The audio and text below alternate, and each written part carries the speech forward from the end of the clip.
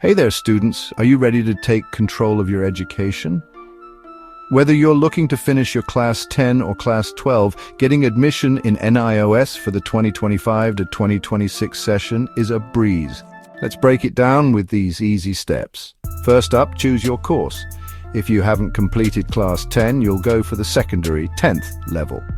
But if you've already passed Class 10, then Senior Secondary 12th level is your pick. Simple, right? Next, head over to the official NIOS website, www.nios.ac.in.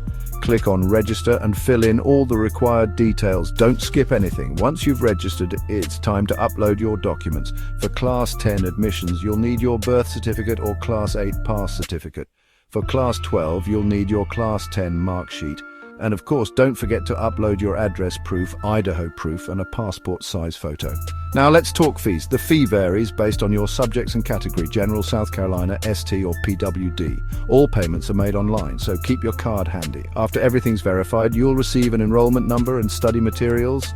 That's your ticket to a bright future. And hey, if you run into any trouble or need more help, don't worry.